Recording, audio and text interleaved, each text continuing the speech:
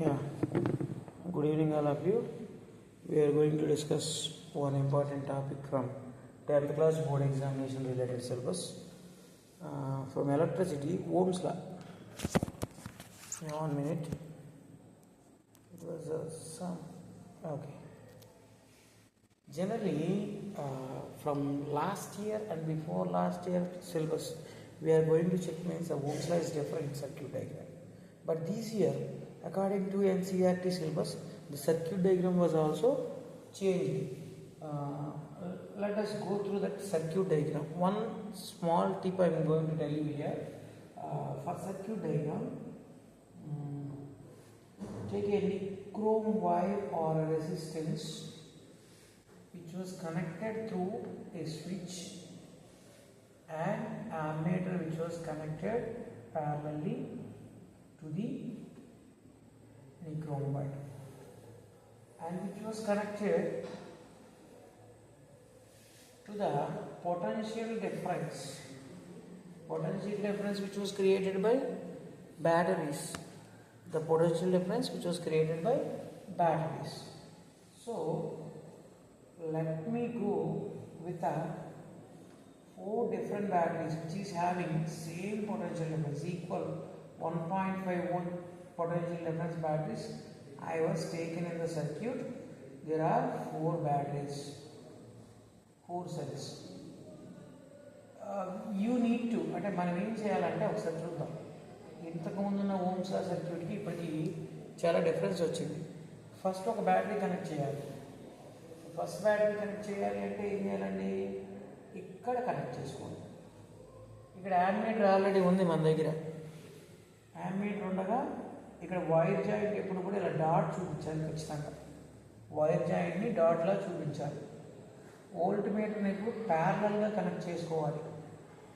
ఏదైనా డివైస్లో voltage drop, ఈ రెండు ఎడ్జెస్ మధ్యలో పొటెన్షియల్ డ్రాప్ ఎంత ఉందో తెలుసుకోవడం కోసం వోల్ట్ మీటర్ పెడుతున్నాం. వోల్టేజ్ డ్రాప్ ఎంతో తెలుసుకోవడం కోసం. కరెంట్ పాస్ అయ్యే సర్క్యూట్లో ఎంత కరెంట్ పాస్ ఉందో తెలుసుకోవడానికి యామ్మీటర్ పెడుతున్నాం. ఓకే, అయితే ఇక్కడ విషయం ఏంటంటే ఈ రెండింటిని రివర్స్ చేస్తే ఏమవుతుంది, ఇదో క్వశ్చన్, చిన్న క్వశ్చన్. రివర్స్ చేస్తే ఏమవుతుందంటే ముందు వీటి ప్రాపర్టీస్ తెలుసుంటే వాటిని రివర్స్ చేస్తే ఏమవుతుందో చెప్పొచ్చు. దీని రెసిస్టెన్స్ 0 అంటే కరెంట్ ఈజీగా పాస్ అవ్వాలి. ఎంత కరెంట్ పాస్ అవుతుందో మనం తెలుసుకోవాలి. కరెంట్ ఈజీగా పాస్ అవ్వాలి కాబట్టి 0 రెసిస్టెన్స్ పెట్టాం ఇక్కడ. దీని రెసిస్టెన్స్ ఇన్ఫైనైట్.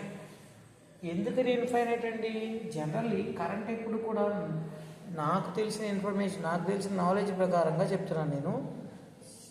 లోయెస్ట్ రెసిస్టెన్స్ పాత్రని తీసుకుంటుంది. ఎక్కడైనా జంక్షన్ దగ్గరికి వచ్చినప్పుడు కరెంట్ ఇలా వస్తూ ఉంది, ప్లస్ పాజిటివ్, ఇది నెగిటివ్. ఈ ఛార్జ్ అనేది ఇలా పాస్ అవుతూ ఇక్కడ దాకా వచ్చేసరికి ఇక్కడ జంక్షన్ వచ్చింది. ఈ జంక్షన్ నుంచి ఇటు ట్రావెల్ అవ్వాలా అన్నప్పుడు ఇక్కడ కనుక యామ్మీటర్ తీసుకున్నాం అనుకోండి, 0 రెసిస్టెన్స్ ఉంటుంది కదా. ఇదేమో సమ్ గాట్ రెసిస్టెన్స్, ఏదో కొంచెం రెసిస్టెన్స్ పెట్టాము ఇక్కడ మనం.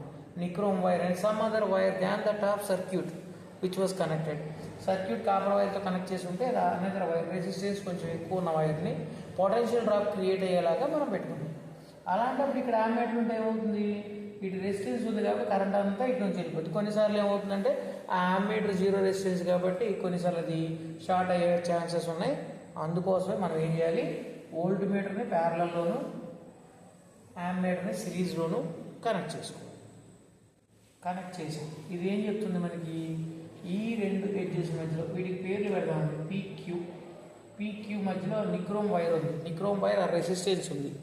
ఆ రెసిస్టెన్స్ ఎంత కరెంట్ని డ్రాప్ చేసింది ఈ బ్యాటరీ నుంచి వచ్చేదాన్ని. ఇది వోల్టేజ్, పొటెన్షియల్ డెవలప్ హియర్ ఎంత డ్రాప్ చేసింది అనేది చెప్తా ఉంది.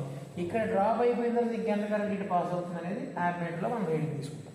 ఒకసారి ఆ ఓమ్స్ లాకి సంబంధించిన టేబులర్ ఫామ్ కూడా చూసేస్తే అసలు మనం థియరీ ఏం రాయాలని అక్కడ చెప్పేసుకోవచ్చు. మనకి diagram, circuit diagram, tabular form సరిపోతాయి ఓమ్స్ లా గురించి మనం నేర్చుకోవడానికి. 10th క్లాస్ పిల్లలకి ఇది అసలు మామూలు విషయం కాదు. చాలా ఇంపార్టెంట్ క్వశ్చన్ ఇది. కంపల్సరీ మీకు ఈ సంవత్సరం పబ్లిక్ ఎగ్జామ్లో ఉండే ఒక 8 మార్క్స్ క్వశ్చన్ ఏంట్రా అంటే Ohm's law from electricity. So ఎవరైతే 10th క్లాస్ ప్రిపేర్ అవుతూ ఉన్నారో వాళ్ళు జాగ్రత్తగా చూడండి, ఎంత ఈజీగా రాయొచ్చు ఓమ్స్ లా అనేది. మనం ఏం చేయాలంటే దీంట్లో అసలు ఓమ్స్ లా స్టేట్మెంట్ ఏంటండి? The current which was passing through a conductor or else any sample is always directly proportional to potential difference develop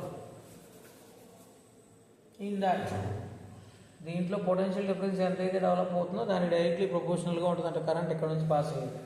అంటే V is directly proportional to I. Potential difference is directly proportional to the current passed through the circuit. అంటే V increase అయితే I కూడా increase అవ్వాలి. ఇక్కడ ఇంకొక విషయం, దీని నుంచి మనం ఒక చిన్న లాజిక్ లాసుకోవచ్చు. V/I is constant. V/I is constant. ఓకేనండి. సో ఆ కాన్స్టెంట్నే మనం ఏం చెప్తాం? R is equal to V/I. R is called resistance of the particular material which was taken. అదే కదా మనం చెప్పేది ఓమ్స్ లాలో. కరెంట్ అంటే పొటెన్షియల్ భేదం, ఈ రెండు పాయింట్ల మధ్యలో ఉన్న పొటెన్షియల్ భేదం అనేది దీనిలోంచి ప్రవహించే విద్యుత్తుకు అంటే కరెంటుకు అనులోమానుపాతంలో ఉంటుంది. అనులోమానుపాతం డైరెక్ట్లీ ప్రపోర్షనల్. అది పెరిగితే ఇది పెరగాలి. సో ఇక్కడ మనం తీసుకోవాల్సిన రీడింగ్ ఏంటండి? ఫస్ట్ ఆల్రెడీ నేను చెప్పినట్టుగా మీకు ఇక్కడ పొటెన్షియల్స్ ఆల్రెడీ తీసుకున్నాం, ఒక 4 తీసుకున్నాం. 1 2 3 4. ఈచ్ బ్యాటరీ 1.5 వోల్ట్ ఉంది. ఈచ్ బ్యాటరీ 1.5 వోల్ట్ ఉంది. ఓకే, ఈ 1.5 వోల్ట్ ఉన్నటువంటి 4 బ్యాటరీస్ని తీసుకున్నాం. 4 batteries at a time connect చేసామా? లేదు. 4 batteries at a time connect చేసామంటే లేదండి. ఏం చేసామో చూద్దాం. ఫస్ట్ ఒక బ్యాటరీ కనెక్ట్ చేశాను, అందుకే డాటెడ్ లైన్ తీసుకోవాలి. సర్క్యూట్ చాలా ఇంపార్టెంట్. మారిన సిలబస్ ప్రకారంగా సర్క్యూట్ చాలా ఇంపార్టెంట్. ఈ సర్క్యూట్ని బేస్ చేసుకొని మన యాక్టివిటీ మొత్తం రన్ చేయొచ్చు. సర్క్యూట్ టేబులర్ ఫామ్ మన దగ్గర ఉంటే మనం దేని గురించి కంగారు పడాల్సిన అవసరం లేదు. ఇక్కడ వోల్టేజ్ తీసుకోండి. ఓకే, ఇక్కడ వచ్చేసరికి I అంటే ఈ వోల్టేజ్ని పాస్ చేసినప్పుడు కరెంట్ ఎంత జనరేట్ అయ్యింది, ఎంత కరెంట్ పాస్ అయ్యింది. సో ఇక్కడ V/I రేషియో తీసుకోవాలి. అంటే దీనికోసం V/R కోసం రెసిస్టెన్స్. ఓకే, V/Iని ఇక్కడ తీసుకోవాలి. సో ఫస్ట్ చేయాల్సిన ప్రాసెస్ చూద్దాం. ఒక బ్యాటరీని కనెక్ట్ చేయాలి, K స్విచ్ ఆన్ చేయాలి. ఆన్ చేసిన తర్వాత ఫ్యూ సెకండ్స్లో దీని నుంచి కరెంట్ పాస్ అవుతుంది. ఇక్కడ ఉన్న వోల్ట్ మీటర్ ప్యారలల్లో ఉన్నది అంటే సమాంతర సంధానం అంటాం దీన్ని. ఇదేమో శ్రేణి సంధానం తెలుగులో చెప్పుకోవాలంటే. సమాంతర సంధానంలో అంటే ప్యారలల్గా ఉన్నటువంటి వోల్ట్ మీటర్ ఏం చేస్తూ ఉంది? With in few seconds of circuit switching on if we may observe the readings in these 2. దీనిలోనూ రీడింగ్ చూపిస్తుంది, దీంట్లోనూ రీడింగ్ చూపిస్తుంది. ఇది ఆల్రెడీ మనకు తెలిసిన రీడింగే కాబట్టి 1.5 వోల్ట్. దాన్ని ఆల్రెడీ మనం అందుకనే రాసుకున్నాము.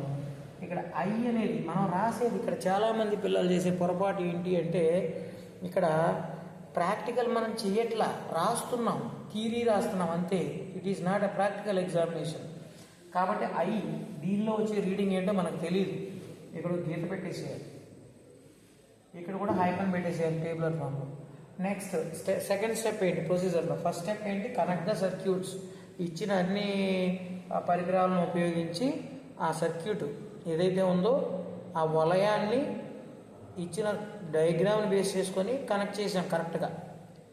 మొదటగా ఒక బ్యాటరీ కనెక్ట్ చేసాం, దాని నుంచి వచ్చే కరెంట్ని వోల్ట్ మీటర్ ద్వారా ఎంత వోల్టేజ్ ఇక్కడ డ్రాప్ అవుతుంది, ఇక్కడ మనం తీసుకున్న శాంపిల్ ఉంది కదా, శాంపిల్లో ఎంత డ్రాప్ అవుతుందో తెలుసుకున్నాం.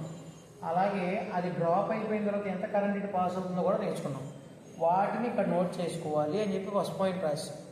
Second point, connect the second battery. ఇంకా ఫస్ట్ బ్యాటరీ అయిపోయింది కదండి. ఫస్ట్ బ్యాటరీ అయిపోవడం అంటే ఫస్ట్ బ్యాటరీతో మనం రీడింగ్స్ చేసుకున్నాం. Second battery 1.5 + 1.5. ఇక్కడ మాత్రం సెకండ్ బ్యాటరీనే వేస్తాం. Again we need to check V value and A value.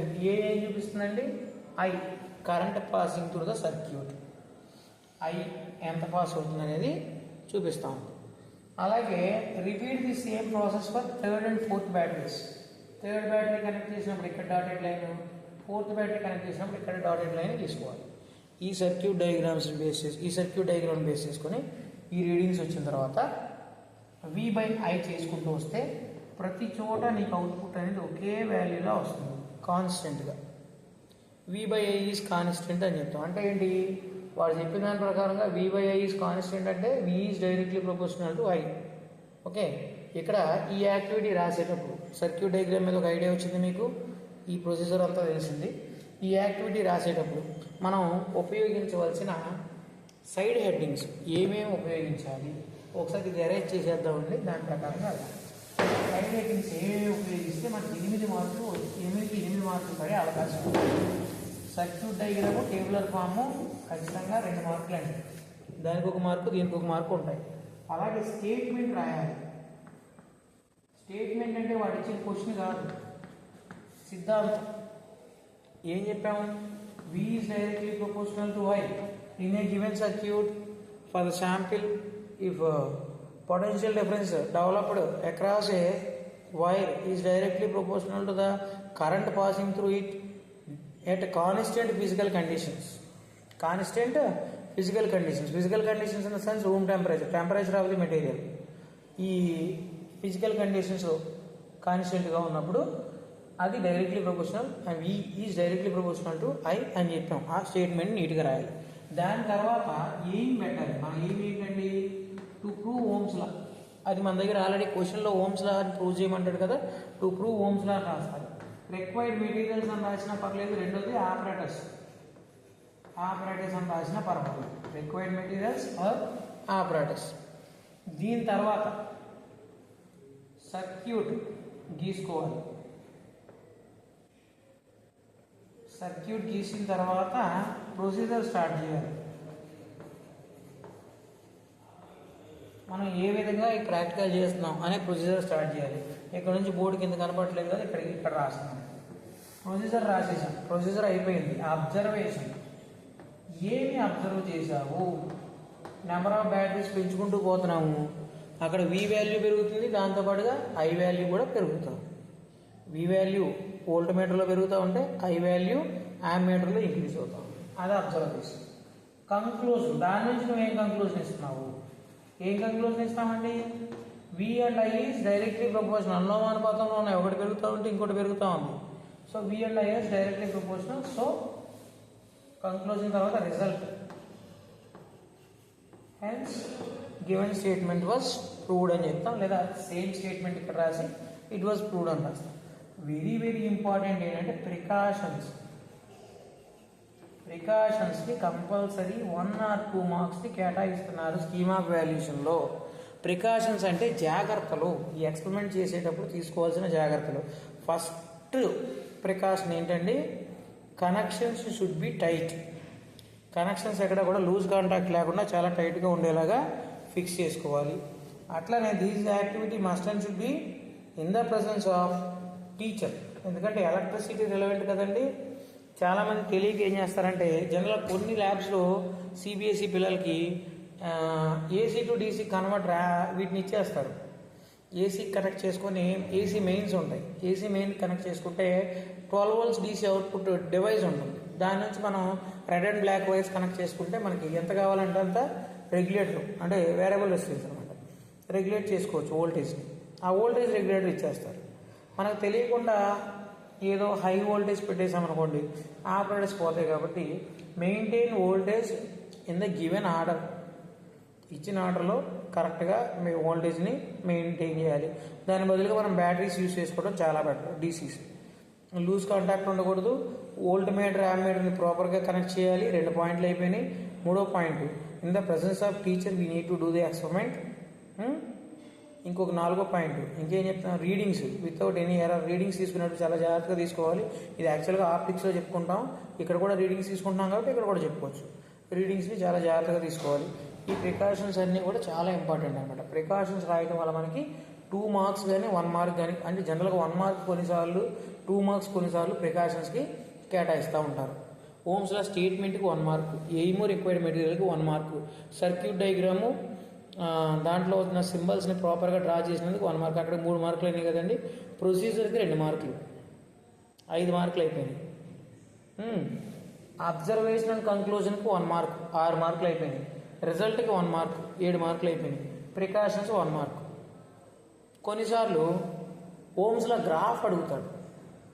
ఆ గ్రాఫ్ అడిగినప్పుడు ఇందాక చెప్పుకున్నాం కదా, వి పెరుగుతూ ఉంటే ఐ పెరుగుతూ ఉంది. గ్రాఫ్ గురించి కూడా ఇక్కడే చూసేద్దాం.